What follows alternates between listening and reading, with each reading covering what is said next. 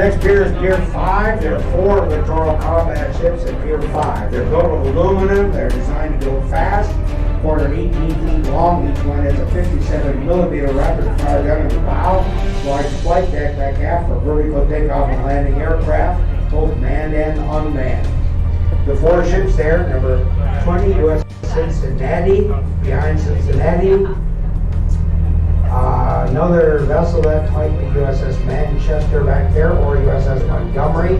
This side of the pier with the stern toward the bay, USS Augusta, named for Augusta, Maine, and USS Oakland, named for Oakland, California. Pier 6, we have a big ship with 2 cone-like projections. That's USS Portland, carries 800 Marines, amphibious transport dock. Double side of the pier with the bow pointing toward us. The aluminum ship is the 30 USS Canberra, named for Canberra, Australia. The capital of Australia, Canberra, also named to honor the memory of Her Majesty's Australian cruiser Canberra, lost at the Battle of Staten Island in World War II alongside U.S. Navy ships. Between the piers, another aluminum ship there, number 36, USS Kingsville, 418 feet long, named for Kingsville, Texas, where there's a large naval air station. Pier 3, we have 3 destroyers. Near shore, USS Muston, named for Captain Henry Muston, early naval aviator, first commanding officer of Naval Aeronautical Station, Pensacola, Florida. The other side of the pier here, we have USS Stedham, named for Robert Dean Stedham, Navy diver, was tortured and murdered by terrorists in Beirut, Lebanon, 1985. Robert Dean Stedham was a 23-year-old Navy diver. He was a passenger on a TWA flight hijacked by terrorists in the Middle East, 1985. They tortured and murdered him simply because he had a Navy ID in his wallet. Bow is Stedham, number 111, is USS Spruance, named for Admiral Raymond Spruance, famous admiral from the Battle of Midway, World War II. The next pier is Pier 2. The destroyer fits into the pier with all the red equipment or canvas or all kinds of things around that ship. The USS Russell, named for Admiral John Henry Russell of the 1900s, I'm saying 1800s, and his son, Brigadier General John Henry Russell Jr. of the Marine Corps, the early 1920s. Junior, General Russell was at one time Commandant of the Marine Corps. The big ship in Pier 2, number 2, with the rectangular bow, USS Essex, carries 1,800 Marines, named for Essex, Massachusetts. Pier 1, we have a monohull littoral combat ship with a dazzle paint job, USS Fort Worth, and the trimaran, number 18, USS Charleston, named for Charleston, South Carolina. The big ship in Pier 1, United States Naval Hospital ship Mercy, 894 feet long. Mercy is a floating hospital. She has on board 1,000 patient beds, 12 operating rooms, 1,500 medical and service personnel man that ship when they are deployed, mostly on humanitarian cruises around the Pacific Rim. Mercy is based out of San Diego. Her sister ship Comfort operates out of Norfolk, Virginia. The 2 hospital ships operated by the federal government. That's Naval Base in San Diego today. Largest shipyard in San Diego off to the right side, National Steel and Shipbuilding Company, or NASCO. 2 new oilers being built here, the one with the bow pointed toward the bay. The future United States naval ship Lucy Stone, named for a women's rights advocate from the 19th century. The ship with a stern toward the bay, United States naval ship Robert F. Kennedy, named for the Attorney General Robert F. Kennedy, as we all know, unfortunately assassinated in 1968. Robert F. Kennedy, considered a civil rights advocate.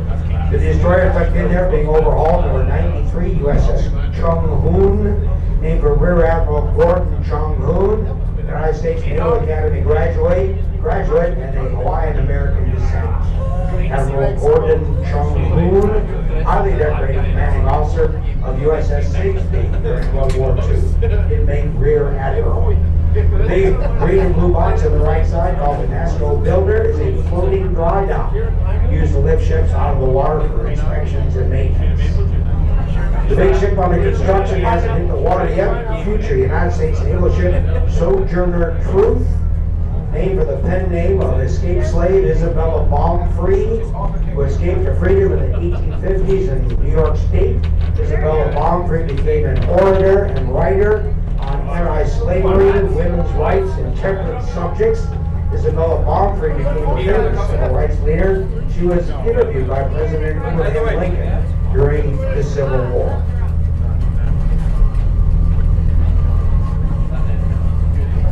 Other ships under construction include another oiler and an expeditionary sea base. The largest ship under construction there will be the future USS Henry Cafarata, named for the Medal of Honor recipient who fought at the Chosin Reservoir in the Korean War.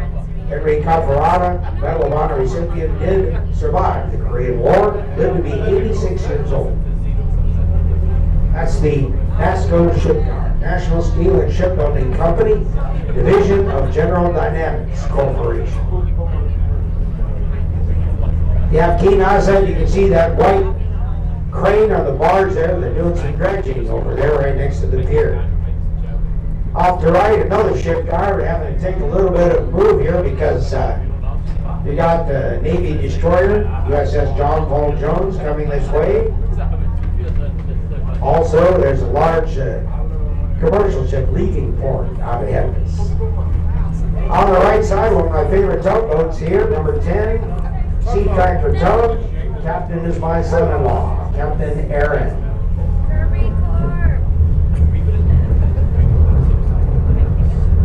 Tractor tugs move Navy ships on and off the piers. Navy ships go forward very well. They go backward pretty well.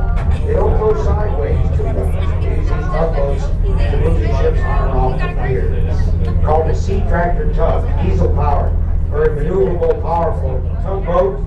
That tugboat's propellers are mounted on vertical shafts, so they swivel 360 degrees. That tugboat can go in any direction, forward, backward, or sideways. Six ships being repaired here or being overhauled or changed here at the BAE Systems Shipyard. Trimaran, USS Mobile. Weapons System Test Ship, Paul F. Foster, operates on Pacific Missile Test Range. They shoot weapons at that ship. 3 destroyers, number 60 USS Paul Hamilton, named for the Secretary of the Navy during the War of 1812. During the floating dry dock, the smaller dry dock, number 92 USS Momsen, named for Rear Admiral Swede Momsen's famous submarine. Number 20 USS Green Bay, carries 800 Marines, and all wrapped up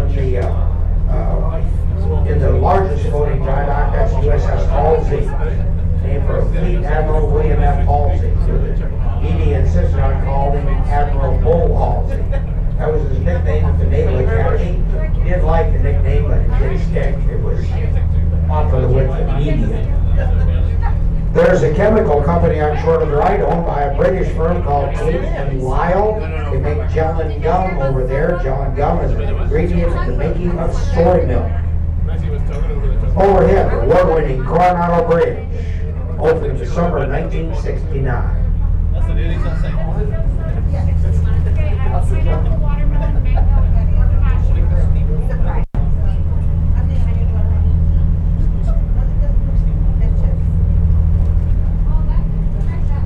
Under the bridge, another shipyard. Currently no ships being worked there. That's the Continental Maritime Shipyard. We have tugs and barges and cranes and a lot of equipment stored here on the right in the distance of Pacific Tugboat Service Company.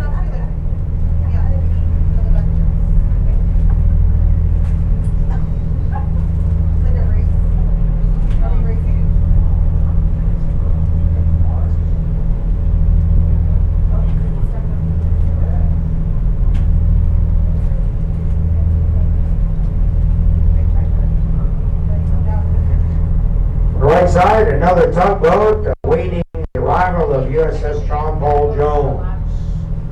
Ahead of us on the right side. Going to get a nice look, nice photo opportunity here because the sun will be on the starboard side.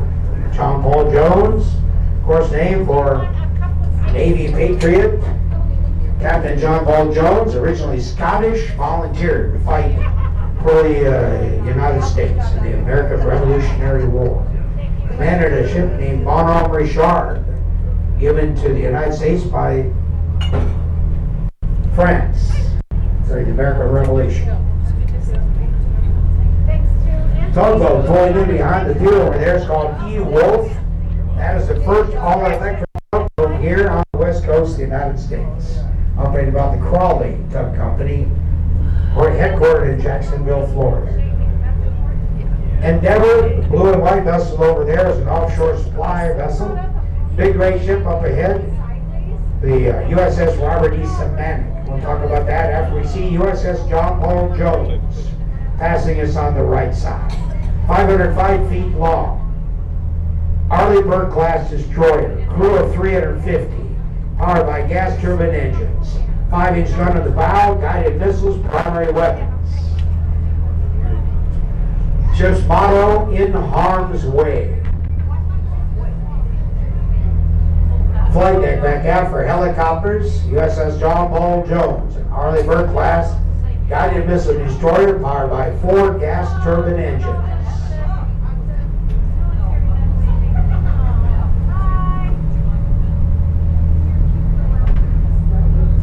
You just don't get a better look at a Navy ship than you just got right here.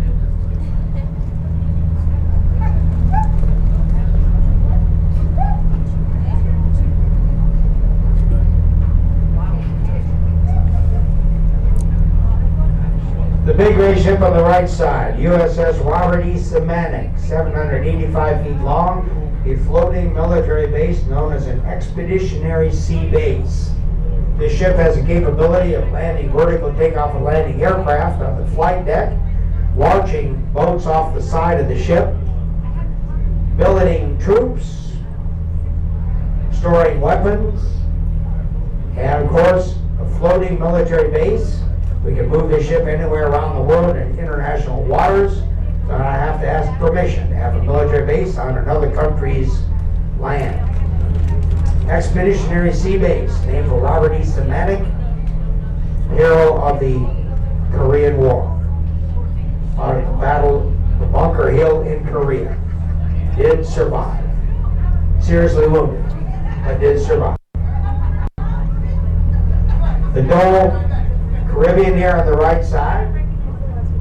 Banana boat. Offloading bananas from Central America.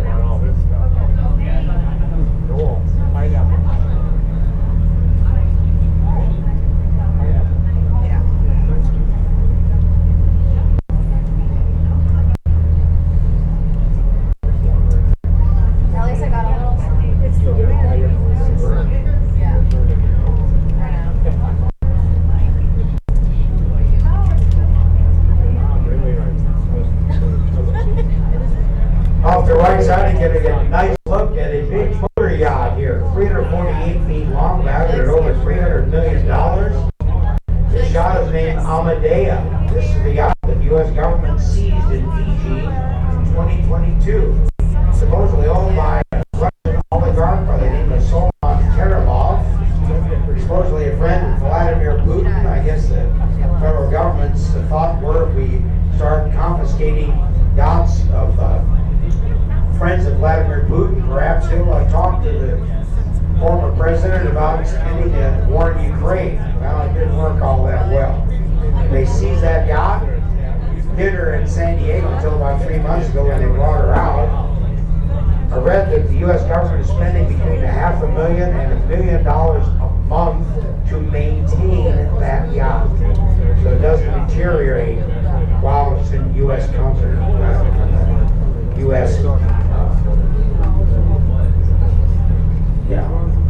Custody, that's the word, yes. Your tax dollars at work there, folks. Yeah, $1 million to vacuum the carpets, I don't know, clean the heads, I don't know. Any rate, off to the right, you don't have to cheer again. I know it takes a lot out of you. 2 blocks inland, Petco Park, over the San Diego Padres. Behind us, approaching and overtaking an Navy Seahawk helicopter.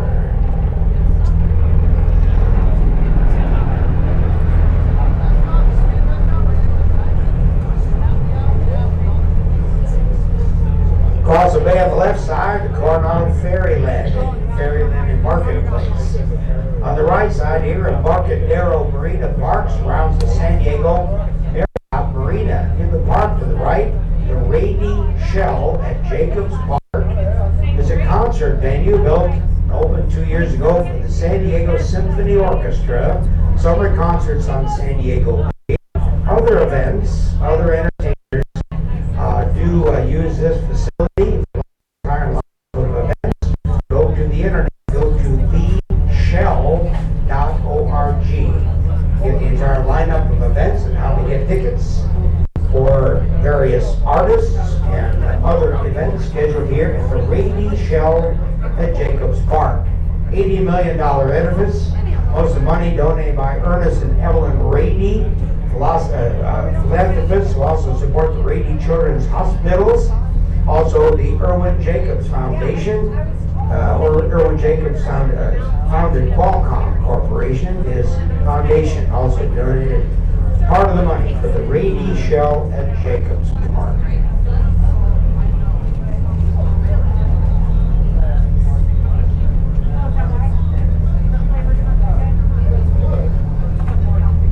The hotel with the reflected towers here finds also like a restaurant in between. That's the San Diego Marriott Marquis Hotel. The next hotel to the right, San Diego Grand Hyatt Hotel, has two towers get narrow toward the top.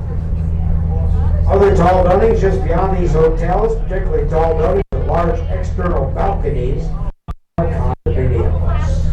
A lot of condos built downtown San Diego over the last 15 to 20 years.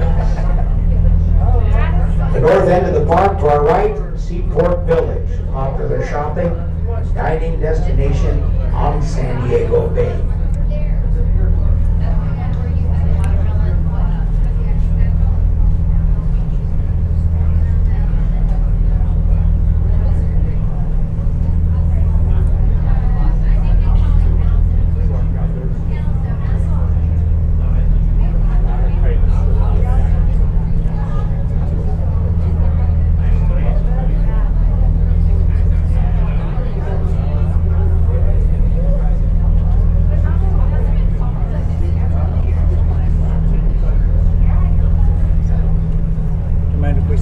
Oh, go ahead. On the left side, slowly converging with us here, the ferry Cabrillo, coming from Coronado back to Broadway Pier, where we're headed for as well. On the right side, Tuna Harbor is home to commercial fishing boats that operate out of San Diego Bay. No yachts in this harbor. Working commercial fishing boats. New construction there, new buildings right across the street from Tuna Harbor. That's the Pacific Gate development. The United States Navy owned a large parcel of land there for over 100 years. It was a warehouse and supply center complex. The Navy no longer used all the warehouses and things. One building was built 100 years ago. And the Navy finally gave up that real estate. They built the Navy a 17-story office building, and surrounding that building with new commercial buildings, Pacific Gate development. Cougar on the right side, one of the boats operated by Everingham Brothers Bait Company. It goes out in the ocean and catches bait fish for the Everingham Brothers Bait Company. The small fish they catch, like anchovies or mackerel or sardines, are sold live to sport fishing boats at the live bait barges. So Cougar catches the bait fish. Up ahead, CV-41, USS Midway, San Diego's Aircraft Carrier Museum. The letters CV, naming a designation for aircraft carrier, fixed wing. Fixed wing referring to the fact the ship is equipped with catapults and arresting gear for launching and landing fixed wing airplanes. USS Midway, 1,001 feet long, was the largest ship in the world at 970 feet long when she was originally commissioned 1 week after World War II ended. Midway was modified in the 1950s, 1960s, and then again in the 1980s, so she could be compatible with and also have the same capabilities as the other carriers built after her. She served for 47 years as a active aircraft carrier. 1,001 feet long, she carried 75 airplanes and a crew of 4,500 people. The Operation Desert Storm in the Persian Gulf in 1991. Midway decommissioned the following year, 1992, brought to San Diego in 2004 as a museum. Some of the politicians here, some of the folks in California said this ship will be a blight to the San Diego waterfront. It'll take away the view. No one will come to see this ship. It'll just sit here and rock. They were completely wrong. USS Midway, the most popular ship museum in the world, based on number of annual visitors. She's open from 10 in the morning until 5 in the afternoon. A large cadre of volunteers, dozens of safety personnel, answer questions, help you find your way around. Oh, yes. Okay. A lot of fun-loving kids up there.